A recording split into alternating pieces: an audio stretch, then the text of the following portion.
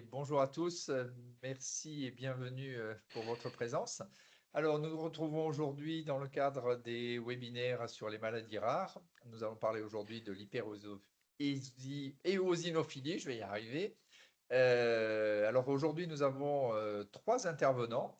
Donc, par ordre d'apparition à l'écran, et si la technique ne nous joue pas des tours, nous avons le docteur Niall Martis, qui est maître de conférence d'université et praticien hospitalier en médecine interne à l'Archer. Alors, il coordonne le centre de compétences maladies rares pour les syndromes hyperéosinophiliques en collaboration avec le docteur Van der Steen, qui sera le deuxième à intervenir. Et ensuite, c'est le docteur Pradelli qui terminera cette présentation. Alors, le docteur Van der Steen, il est chirurgien ORL et cervico-facial. Il travaille dans le service du professeur Castillo et il est spécialisé dans la prise en charge des maladies rhino-sinusiennes et responsable du département d'olfaction et de l'Institut de la face et du cou. Il travaille donc avec le docteur Pradelli et le docteur Martis sur les maladies de Randu-Osler et les syndromes hyperéosinophiliques. Et enfin, le docteur Pradelli, qui nous a fait déjà le plaisir d'intervenir lors de la précédente session, qui est, je le rappelle, pneumologue, allergologue et qui est responsable du centre de compétences de la maladie de Randu-Osler. Docteur Martis, si Merci, tout va docteur bien, Sacomano. Donc, on y va. c'est parti. J'espère que vous voyez mon écran. Donc, toute la première diapositive est juste pour vous dire qu'on parle d'hyperéosinophilie et que, voilà, tout seul, on n'est rien. On n'arrive pas à prendre en charge correctement ces maladies. Donc, il faut être bien entouré. Et je le suis aujourd'hui avec Johanna et Claire. Donc, ceci étant dit, l'éosinophile, c'est une cellule de l'immunité. C'est un globule blanc. Et puis, c'est un globule blanc qui rassemble un peu tout le monde. Comme vous le voyez sur l'écran, vous voyez qu'il y a des manifestations cardiovasculaires, respiratoires, hématologiques. Bien évidemment, c'est une maladie de la lignée des globules blancs. Donc, on peut imaginer une infiltration tissulaire. On peut envisager une augmentation de ces cellules dans le sang. Donc, une cellule plutôt tissulaire, mais qui va s'exprimer par différents biais. Et donc, les patients peuvent rentrer aussi bien par la porte des manifestations respiratoires, comme vous le verrez avec Johanna, comme par le biais d'une polypose nasosinusienne, comme vous le verrez avec Claire. Mais il y a aussi d'autres manifestations, que ce soit gastro-intestinales ou même des atteintes tissulaires qui sont un peu moins communes. On a des manifestations dermatologiques, mais aussi parfois même sur des localisations un peu moins communes comme au niveau de la vessie, par exemple. Donc voilà. Qu'est-ce qu'on parle de quoi exactement? Donc l'éosinophilie, quand on regarde nos hémogrammes, nos NFS, on voit toujours PNE. Et quand on sort des normes, on se dit, ah, est-ce que c'est grave, est-ce que c'est pas grave?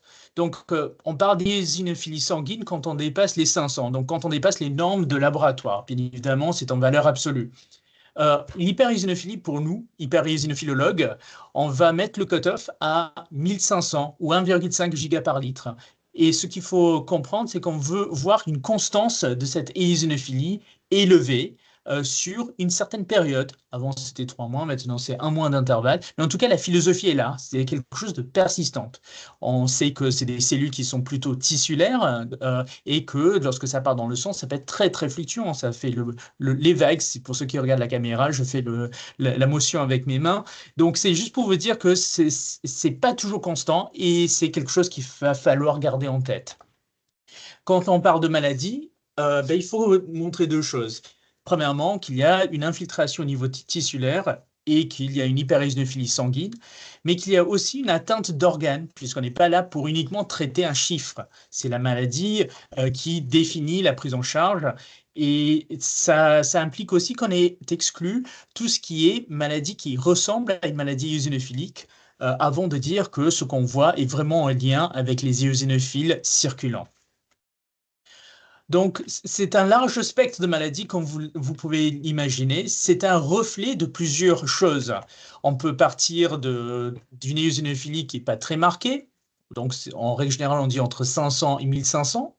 Et souvent, on a des causes assez communes, des choses qu'on voit en pratique courante, des choses pas forcément rares, atopie, parasitose en fonction des zones où on se situe. On va être plus ou moins vigilant, ne pas passer à côté de certaines parasitoses autochtones. Et c'est pour cela qu'on collabore énormément avec nos collègues infectiologues et aussi avec le laboratoire de parasitologie, pour ne citer que les collègues du CHU, mais même en dehors, on a des interactions avec nos collègues.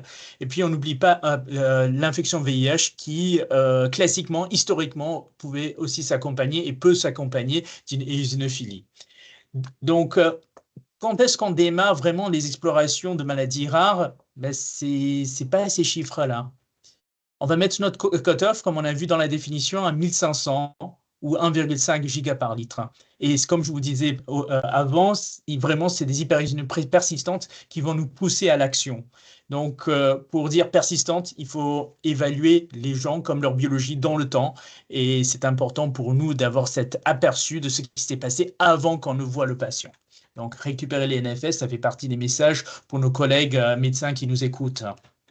On peut avoir des choses urgentes et graves. On a tendance à classer les choses soit en manifestations urgentes et graves, soit en diagnostic simple. Pour les causes urgentes et graves, on a toutes les hémopathies malignes et c'est avec plaisir qu'on collabore avec nos collègues hématologues du CHU pour ces types de maladies. De la même manière, on peut aussi avoir une éosinophilie réactionnelle et on ne doit pas méconnaître que ce soit les causes néoplasiques solides ou alors les éosinophilies associées à l'immunothérapie ou à des thérapies antinéoplasiques au sens très large. Et puis, il y a des choses beaucoup plus simples qui ne sont pas si simples que ça, comme les réactions associées aux produits de contraste, ou surtout des médicaments, puisque l'une des causes, finalement, d'éosinophilie ou d'hyperéosinophilie, c'est peut-être le médecin, avec la prescription de médicaments. Et puis des choses beaucoup plus rares comme les associations avec les membranes de dialyse dans ces situations. Et bien évidemment, on avait déjà cité les parasitoses, première cause d'éosinophilie au monde, pour simplifier. On voit que finalement, on a pas mal de choses. C'est une sorte d'entité fourre-tout, cette hyperéosinophilie. La plupart du temps, on ne sait pas ce que c'est. Vous voyez, SHE idiopathique. Puis, il y a des choses réactionnelles, on en a déjà parlé, et des choses clonales, quand on a déjà défini que ce soit sous forme de maladie, d'hémopathie maligne ou alors de cancer solide. On a ces formes un peu de chevauchement qu'on a tous appris sous les entités, avec des entités comme la pneumonie à éosinophile ou la gastroentérite ou l'entéropathie à éosinophile ou même la maladie de Schumann. Mais finalement, aujourd'hui, on peut se rendre compte que ces chevauchements, qu'on disait spécifiques d'organes, sont peut-être un peu moins spécifiques d'organes qu'on ne le pensait, d'où la terminologie de SHE de chevauchement. Et puis, vous avez nos moutons à 5 pattes avec des formes systémiques de maladies inflammatoires comme la GEPA, l'ancienne maladie de Churg-Strauss, donc la granulomatose eosinophilique avec polyangéite. Et donc, c'est des choses qui sont véritablement des maladies de système. De manière plus rare, les maladies associées aux IgG4 et puis d'autres maladies de système qui peuvent s'accompagner des eosinophilies.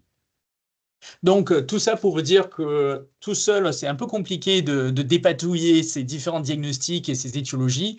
Et c'est pour ça qu'on est très content d'avoir le Centre de compétences maladies rares depuis 2023. On a beaucoup de chance qu'on nous l'ait confié, qu'on nous ait fait confiance. Vous voyez sur cette diapositive tous les collaborateurs et collaboratrices des différents services qui nous viennent en aide, que ce soit ponctuellement ou régulièrement. Régulièrement pour Johanna et Claire. Et aujourd'hui, on a un peu plus de 70 patients dans notre file active, pas tous documentés parce que voilà, c'est la vraie vie. Mais en tout cas, on espère avancer ensemble pour défendre cette thématique au CHU et aider les gens, vraiment, les patients, à être améliorés par rapport à cette éosinophilie, cette hyperéosinophilie et les manifestations cliniques qui lui sont associées. Voilà, c'est tout ce que je voulais vous dire avant de passer la parole et la main au bon docteur Van der Steen. Merci Niall. Bonjour à toutes et à tous. Donc en ORL, quand est-ce que on va être confronté justement à cette hyperéosinophilie? Eh bien, c'est dans deux pathologies principalement. Je te laisse passer la diapositive. La première pathologie, c'est la polypose nasosinusienne, évidemment. Je ne vois pas passer les diapos, Niall. Je ne sais pas si tu m'entends. C'est bon, c'est passé. Ah, c'est passé. Alors, c'est moi qui ne vois pas passer les diapos. Très bien, voilà. Donc, je crois que tu peux passer directement à la suivante, hein. Et la deuxième pathologie, c'est la granulomatose aéosinophile avec polyangite, dont tu as parlé effectivement et qui est l'autre pathologie. Attends, reviens. Ouh là là là là. Voilà, non, oui. Donc, la première, c'est la polypose qui est polypose nasocinusienne, qui est une pathologie relativement fréquente. Tu peux passer donc à la première petite diapo sur la polypose, voilà, qui touche 3 millions de Français, hein. Donc c'est à peu près 4% de la population générale.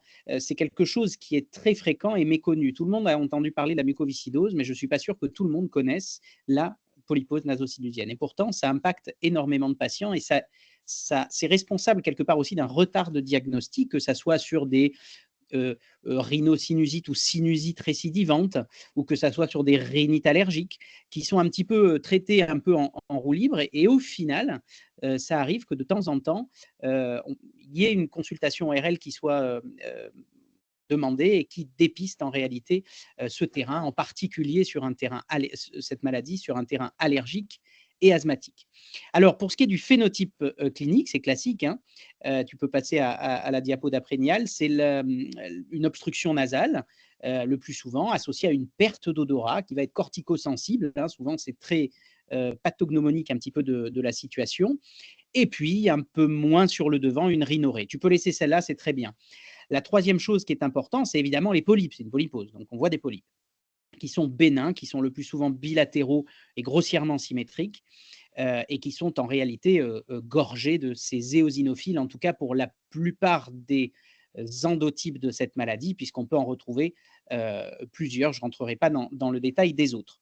Mais le mécanisme physiopathologique à l'origine de ces polypes, que l'on voit sur la petite image, c'est l'endotype TH2, c'est-à-dire une polarisation de la réaction inflammatoire particulière qui va être évidemment basée entre autres sur une infiltration d'éosinophiles dans toute cette muqueuse des sinus et aboutir, suite à la stimulation de certaines interleukines qui sont assez caractéristiques dans cette polarisation inflammatoire, qui sont l'IL4, l'IL13 et l'IL5, à différents problèmes comme la sécrétion d'IgE, comme le remodelage tissulaire et l'infiltration donc de ces éosinophiles. Et donc c'est pour cette raison qu'on parle beaucoup d'hyperéosinophilie dans cette maladie. Alors, sur un plan, tu peux passer à la diapo d'après. Donc, pour cibler le traitement de cette polypose, hein, il y a différentes choses évidemment. La plupart du temps, on travaille aussi sur les toxiques et les comorbidités sur le terrain finalement de ces patients. Et je vous ai dit, il y a beaucoup d'allergiques et d'asthmatiques associés. Et c'est d'ailleurs grâce à mes collègues pneumologues qui, du coup, pensent à cette atteinte rhinosinusienne, que ces patients sont dépistés et donc arrivent sur la consultation d'ORL. Donc, le traitement, c'est des lavages de fosse nasale, des rhinocorticoïdes pour lutter contre cette inflammation chronique, avec de temps en temps des cures courtes de corticothérapie orale en limitant au maximum aujourd'hui à 1 gramme par an en dose cumulée. Et puis, on voit apparaître, bien évidemment, depuis quelques années, lorsque la polypose est hors de contrôle, la possibilité de mettre en place justement des biothérapies, qui pour nous est une révolution, hein. C'est quelque chose qu'on ne connaissait pas, les biothérapies en ORL, bien que ça soit largement utilisé en gastroentérologie, en dermato, en pneumologie, en médecine interne. Ça l'était un petit peu moins, même voire pas du tout en ORL. Et donc, ça fait quelques années qu'on a accès à ces médicaments qui ont un petit peu révolutionné la prise en charge de cette maladie, en tout cas dans les formes sévères. Donc ça, c'est évidemment une niche dans la polypose. Diapositive suivante. Donc, pour parler de ces biothérapies en particulier, il y en a 3, mais il y en a surtout 2 qui sont remboursées aujourd'hui, qui ont l'AMM du remboursement en France, qui sont en l'occurrence le dupilumab pour les anti-IL4, IL13 et le mépolizumab pour l'anti-IL5. Donc, ils sont des biothérapies qu'on utilise, qui sont déjà connues dans d'autres pathologies, hein, qui sont en stylo injectable sous-cutané et qui marchent évidemment très bien dans cette maladie, si tant est que la polypose, la maladie, est hors de contrôle par le traitement conventionnel, médical et chirurgical, puisque ça vient évidemment en France, en tout cas, après un traitement chirurgical. Diapositive suivante, s'il te plaît. Alors, ce type de traitement dans l'hyperéosinophilie est introduit en hôpital de jour, hein, où on fait tout un bilan et qui participe aussi à l'adhérence au traitement, parce qu'il y a évidemment l'éducation thérapeutique est majeure et souvent on oublie de parler justement de l'éducation thérapeutique, et c'est ce qui fait 3/4 du boulot dans beaucoup de pathologies. Et je remercie d'ailleurs toute l'équipe soignante de chirurgie ambulatoire de l'Institut qui participe justement à toute cette éducation thérapeutique. Et la première injection est mise sous surveillance, puis on délivre différentes fiches d'information pour les patients. Et ensuite, les injections sont faites évidemment en autonomie chez eux. Alors, ça va peut-être changer avec la levée de prescription initiale hospitalière. Je ne suis pas tout à fait sûr que ça soit sorti sur le JO, le journal officiel, mais en tout cas la NSM l'a publié, à vérifier prochainement. Mais en tout cas, ces biothérapies pourront même, ou peut-être le sont déjà, j'ai un doute, amorçables dans une pratique clinique de ville, directement, sans avoir de première prescription hospitalière, que ce soit au CHU ou dans un centre hospitalier privé, hein, bien évidemment, ou un CHR ou autre. Voilà, donc on surveille évidemment ces patients. On a 2 études Andrévi en cours, dont un registre national. Diapositive suivante, s'il te plaît, qui note un petit peu donne les résultats justement de ces premiers retours sur les 2 premières années, hein. Donc c'est une étude qui est pilotée par le CHU de Lille, par le professeur Mortuaire, qui s'appelle Biopose, et qui donc permet de voir un petit peu dans la polypose et dans l'utilisation de ces biothérapies si ça fonctionne bien. Et vous le voyez, ça fonctionne, on peut même dire très bien, avec une amélioration subjective et objective de tout ce qu'on observe dans cette maladie comme altération, et puis une très bonne tolérance clinique, ce qui était déjà le cas évidemment dans d'autres spécialités, mais en ORL, encore une fois, je vous dis, nous étions un peu les petits derniers, comme on dit. Voilà, on observe cependant quelques hyperéosinophilies transitoires, le plus souvent avec une des 2 molécules, hein, le dupilumab. Vous le voyez, hein, donc à plus de 1500 par litre, giga par litre, comme vous l'a dit le docteur Martis, et qui, de temps en temps, lorsque ça persiste, cette hyperéosinophilie, est exceptionnellement révélatrice d'une GEPA sous-jacente. Ce n'est pas induit par le médicament, mais c'est révélé par le médicament, pour la simple et bonne raison que ces patients, en réalité, comme ils ont un médicament miracle, eh ben, ils arrêtent la cortisone, et ils arrêtent un petit peu, ou diminuent tout du moins la pression médicamenteuse anti-inflammatoire globale. Et donc, c'est là où les petites choses se révèlent. Ce qui me permet de faire la transition avec la deuxième maladie, diapositive suivante, qui est la granulomatose. Tu peux passer encore à celle d'après, la GEPA, granulomatose et éosinophile avec polyangéite. Donc, c'est un peu la deuxième maladie dans laquelle on discute d'hyperéosinophilie. Alors, ça peut évidemment être pas toujours révélé par le dupilumab, hein. La plupart du temps, on les voit d'ailleurs en première intention sous une forme d'asthme un peu difficile à traiter, associé à souvent un terrain allergique, et de temps en temps, on peut voir des polypes. Donc, c'est un peu des formes sévères qu'on a du mal à cadrer. Et puis, de temps en temps, on les voit arriver justement par le biais d'une hyperéosinophilie révélée par le dupilumab. Et l'atteinte ORL est assez souvent quand même au début, ou tout du moins dans la première partie de la maladie. C'est la raison pour laquelle il faut qu'on y pense, et il faut qu'on la dépiste justement, et c'est bien évidemment grâce à la collaboration multiprofessionnelle qu'on y parvient. Et donc, en tout cas, pour le fonctionnement révélé par le dupilumab, on peut avoir une action intrinsèque sur ces éosinophiles, hein, du fait tout simplement d'une libération de la production de ces éosinophiles et d'une augmentation de leur survie et de leur infiltration. Et puis, des fois, on peut avoir aussi un effet perverse, finalement, ce que je vous disais, de la baisse de la pression cortisonnée, en particulier de Péros, hein, du coup, qui augmente ce taux d'éosinophiles. Et donc, c'est comme ça qu'on voit apparaître ces patients et qu'on arrive à les dépister relativement rapidement. Voilà, je finirai sur la dernière diapositive pour souligner quelque chose qu'a déjà souligné le docteur Martis, qui est que dans ces maladies systémiques, on ne peut pas s'occuper que d'un seul organe. Et donc, je suis très content aujourd'hui présenter cette hyperéosinophilie avec mes 2 collègues, parce que si on n'arrive pas à travailler en multidisciplinaire, on ne peut pas réellement travailler efficacement, tout du moins dans ces pathologies en ORL, bien sûr, mais pas qu'en ORL. Merci.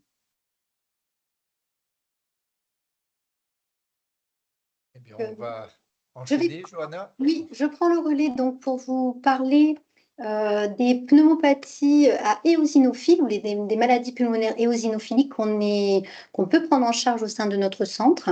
Alors, pour éviter de faire trop catalogue, vous avez ici à gauche des pathologies qui sont quand même assez rares, notamment la GEPA dont mes collègues viennent de vous parler, des pneumopathies à éosinophiles aiguës ou chroniques qui ont souvent des tableaux assez sévères. Mais aujourd'hui, je vais principalement vous parler des asthmatiques sévères hyperéosinophiliques. Ce sont des patients, alors ils représentent environ 5 à 10% de la population des asthmatiques. Et pourquoi sévères? Parce qu'en fait, ce sont des patients qui vont continuer à présenter des exacerbations ou des crises d'asthme au moins 2 fois par an, alors que leur traitement est optimal en termes de traitement inhalé et qui vont souvent avoir besoin de la cortisone orale au long cours pour pouvoir contrôler leur maladie. Donc, c'est principalement ces patients-là qu'on prend en charge au sein du centre de compétences. Donc, la prise en charge de ces patients, c'est une prise en charge qui est principalement ambulatoire, puisqu'on gère ces patients en consultation. On prévoit des hospitalisations de jour, notamment pour le bilan initial de la maladie, comme vous l'ont dit mes confrères. Il y a quand même plusieurs maladies éosinophiliques. Et la question, c'est de savoir de quelle maladie on parle. Donc, il y a un bilan initial qui est assez large et qui permet d'éliminer notamment les diagnostics différentiels, en tout cas en ce qui concerne les asthmatiques hyperéosinophiliques. Ces hôpitaux de jour, comme l'a dit mon confrère, servent également à la prescription des biothérapies, à l'initiation du traitement, et pour certains, pour les patients les plus sévères, à un suivi au long de l'année. Donc, au sein du centre, il y a un plateau technique, notamment d'exploration fonctionnelle respiratoire, qui nous permet de suivre les patients sur un plan pulmonaire, de mesurer aussi avec certaines techniques l'inflammation bronchique, notamment avec la mesure du FeNO, et le plateau de bronchoscopie souple. Donc, ce sont les endoscopies respiratoires, les fibroscopies qui nous permettent d'aller prélever et d'analyser éventuellement l'éosinophilie bronchique et pulmonaire. Alors, excusez-moi, je perds. Hop.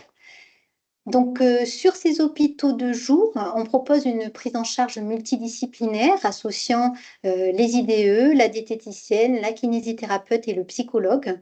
Nous avons aussi la chance de faire intervenir une conseillère environnementale.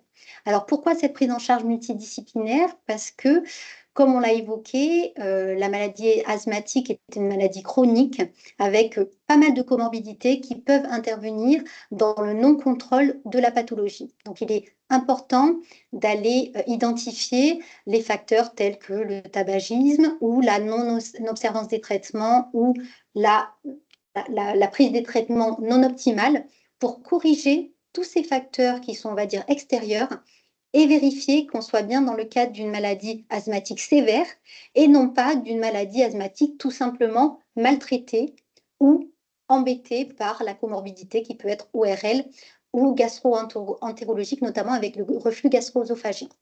Donc, c'est une grosse matinée où les patients sont admis dans le service, ont la possibilité de communiquer avec ces différents intervenants paramédicaux et ensuite, la synthèse médicale permet d'adapter le traitement et pour certains, de prescrire une biothérapie. Donc, régulièrement également au sein du service, on a la possibilité d'offrir aux patients des séances d'éducation thérapeutique sur les maladies bronchiques, on va dire en général, et notamment chez les patients asthmatiques sévères. Et donc, vous revoyez ici tout ce qu'on aborde au sein de ces séances pour améliorer le suivi des patients et essayer d'apporter des prises en charge correctives. Donc, on a pu aussi, sur les 3 dernières années, mettre en place des journées patients. Alors, le but de ces journées, c'est vraiment d'un échange et d'un moment convivial avec les équipes médicales et paramédicales. Nous avons réalisé 3 journées, 2 pour les patients adultes et dernièrement une journée pour les patients adolescents, en fait, qui vont bientôt basculer dans la prise en charge médicale adulte. Donc, c'est des journées très conviviales, très appréciées et par les équipes soignantes et par les patients.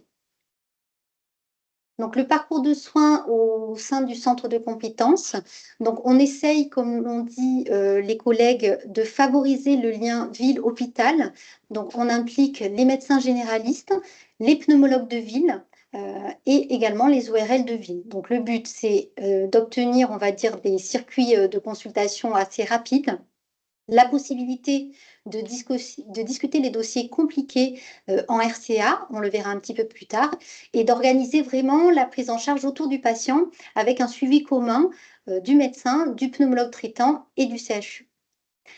Au sein du CHU même, on a mis en place un créneau de consultation post-urgence, principalement pour les patients asthmatiques qui font pas mal d'exacerbations et qui se rendent aux urgences, ou pour les patients également qui ont une composante d'allergie, avec notamment les chocs anaphylactiques.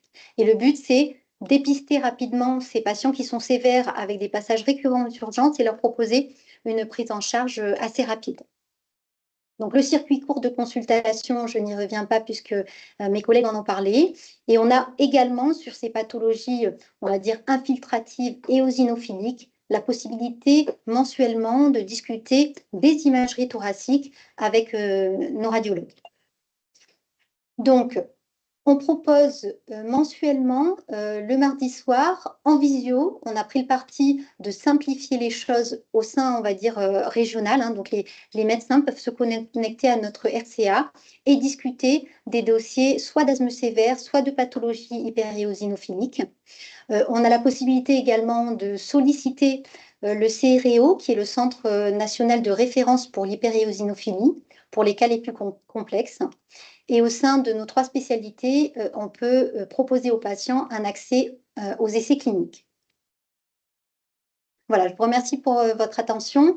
Vous voyez sur cette diapositive donc tous les collaborateurs du centre de compétences. Et pour nous contacter, il y a cette adresse mail donc commune ou l'adresse CHU standard. Eh bien, merci à tous les 3 pour une fois de plus la clarté de vos propos. Comme d'habitude, on a quelques minutes pour que les participants puissent poser des questions s'ils en ont. Donc, j'invite les participants à se manifester sur le chat ou éventuellement à activer leur micro pour prendre la parole. En attendant qu'ils se manifestent, j'aurais moi juste une petite question, si on fait un petit peu de calcul mental très rapidement. Au vu de la fréquence d'atteinte de la population générale, je suis quand même très surpris par la très faible file active que vous mentionnez, aussi bien en filière pure hémato ou en filière pure ORL. Est-ce que vous avez une explication là-dessus? Est-ce qu'on vit avec et on s'en inquiète pas, ou est-ce que c'est le défaut d'orientation dans le parcours? Je commence? Ok, donc tout d'abord, on est un jeune centre. Donc déjà, ça fait 1 an qu'on est en place. Il y a les patients qui doivent rentrer dans ce centre qui doivent absolument avoir une numération minimum de 1500 en règle générale. Ça, c'est pour simplifier. Parfois, les diagnostics prennent du temps. Par exemple, dans les 70, je pense on sous-estime le nombre de patients qu'on suit pour cette raison-là. On prend le temps avant de les inclure dans notre file active et de déclarer une maladie éosinophilie comme étant une vraie maladie éosinophilique chronique. Et deuxièmement, il faut l'avouer aussi que c'est vrai qu'on a des moyens qui nous sont rajoutés, mais souvent on a du mal à tracer en temps réel le nombre de patients que nous voyons. Donc ça demande une certaine organisation, une certaine discipline de notre côté pour tracer ces choses-là, mais disons que c'est un peu secondaire par rapport à la prise en charge que nous devons offrir rapidement aux patients. Donc oui, et puis il ne faut pas oublier, ça reste quand même, lorsqu'on est vraiment sur des définitions précises, une maladie rare, en tout cas des entités rares. Merci. Ouais, c'est ça. Il y a Emmanuel, tu peux prendre la parole. Tu actives juste Ton Pardon. micro. Bonjour. Donc, je vous reformule ma question à l'oral. Chez les patients qui développent une hyperéosinophilie suite à un traitement, une immunothérapie, par exemple dans le cadre d'un mélanome, c'est ce qu'on a, nous, de temps en temps dans notre service en recherche clinique. Est-ce que à l'arrêt du traitement, le phénomène est réversible ou est-ce que du coup l'emballement est tel que la chronicité se met en place, tout comme chez les patients qui ont des hyperéosinophilies idiopathiques? Question difficile. Le problème C'était pas des voulu. patients qui reçoivent des traitements antinéoplasiques, c'est qu'ils n'ont pas que leur traitement antinéoplasique. Ils ont aussi un contexte d'autres traitements en place. Et c'est vrai qu'il y a un intervenant qu'on n'a pas cité, qui est vraiment, que sont les gens de la pharmacovigilance qui nous aident aussi. Et je devrais modifier la diapositive pour les rajouter à la discussion. Pour répondre à la question, c'est compliqué parce qu'il y a certaines biothérapies qui peuvent révéler des maladies. Si on prend par exemple du dupilumab, on voit parfois une orientation de ces patients vers des maladies auto-immunes qui vont s'emballer et évoluer pour leur propre compte. Et ça, c'est pas évident. De la même manière où avec certaines immunothérapies, on peut voir s'installer des manifestations immunitaires qui, là encore, vont perdurer tant qu'on n'aura pas antagonisé l'action du médicament en question. Donc, question difficile, je pense pas qu'on puisse répondre en 5 minutes, d'autant plus que je manque les compétences pour le faire. Johanna, je ne sais pas si toi, tu as des idées ou Claire pour aller plus en détail, pour expliquer à Emmanuel notre point de vue. Nous, sur le plan pulmonaire, c'est vrai qu'on a pas mal d'atteintes pulmonaires secondaires à l'immunothérapie. Alors, quand on peut et qu'on a le temps, on aime bien faire des fibroscopies avec des lavages bronchio-alvéolaires, quand la maladie du patient le permet. Et c'est vrai qu'on a dans ce cas-là plutôt des pneumopathies lymphocytaires. Et moi, on n'a pas vraiment de pneumopathie éosinophile, mais je pense qu'on doit souvent passer à côté. Parce que le traitement qu'on met en place rapidement, c'est la corticothérapie, qui marche très bien sur les lymphocytes et sur les éosinos. Donc, je pense qu'on a aussi des difficultés à documenter ces effets secondaires-là. Et donc, je rejoins Niall aussi. Ce n'est pas simple de répondre à la question. Et je pense qu'aujourd'hui, on n'a pas encore la réponse. D'accord. Et il se peut que ces patients-là... Pardon. Pardon, non, je vous laisse finir. Et il se peut que ces patients-là n'aient qu'une anomalie sanguine sans forcément qu'il y ait d'atteinte par organe, ou finalement ça se passe comme pour tous les autres patients, c'est-à-dire qu'ils vont suivre le même chemin et que potentiellement vous allez pouvoir tous les recevoir pour les différents cas que vous avez présentés dans vos services. Ouais, non, c'est possible que ça reste uniquement biologique. Mais D'accord. du coup, on n'a parfois pas le recul aussi sur le suivi de savoir si ça va devenir tissulaire ou pas. Donc ça, c'est vraiment encore des questions en Donc c'est à suivre en fait Ouais, sur par exemple exactement. nos patients qui ont des immunothérapies, qui ont des hyperéosinophilies sanguines, eh bien c'est quelque chose que les médecins font de toute façon, c'est pas ma partie, mais je veux dire c'est à surveiller dans le temps. Ouais, je pense qu'il faut être vigilant. Oui, tout à fait. Merci. Je suis désolée, du coup, parce qu'on est contraint par le temps. Docteur Sacomano? Non, voilà, alors je ne sais pas si on a le temps de poser encore une dernière question ou s'il faut passer à l'autre séminaire. J'ai une info très courte, Pascal Delaunay, Parasito. Oui. Ah oui. Oui, les oxyures, c'est vraiment avec les techniques PCR, on s'aperçoit qu'il y a de plus en plus de gens qui ont tout simplement des oxyures. C'est pas du tout que les enfants qui ont des oxyures, les adultes ont des oxyures. Les oxyures, c'est parfois totalement asymptomatique. Et il y a des familles qui ont une hyper-réceptivité aux oxyures, avec ces œufs qui sont très résistants en milieu extérieur. Et du coup, aussi basique que ça puisse paraître, et surtout ça augmente au niveau national, n'oublions jamais les oxyures quand on commence à s'embringuer dans des techniques très lourdes et très coûteuses. N'oublions pas les oxyures. Tout à fait. Merci Pascal pour ce commentaire qui est très très important. Et le professeur Pomarès qui collabore avec nous ne cesse de nous le répéter. Et puis nous avons le traitement antiparasitaire d'épreuves très très facile, sachant que la parasitose reste quand même la première cause au monde des inophilies, on va dire traitable facilement. Donc je pense que merci pour ce commentaire très très précieux.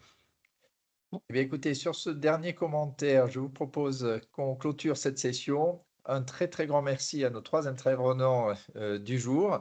N'hésitez pas, s'il vous reste des questions, à les poser et à les envoyer par mail. Je suis certain qu'ils feront un plaisir de répondre. Je vous souhaite une très bonne journée et ceux qui ont le courage d'enchaîner le 2e séminaire, n'hésitez pas à recliquer sur l'autre lien sur les déficits immunitaires de l'enfant et on se retrouve tout de suite. On a l'impression de faire de la radio avec en direct et retour à Cognac G. Je vous souhaite une excellente C'est journée. exceptionnel, Merci c'est beaucoup. Merci. exceptionnel. Allez, merci beaucoup. Au Au revoir. revoir.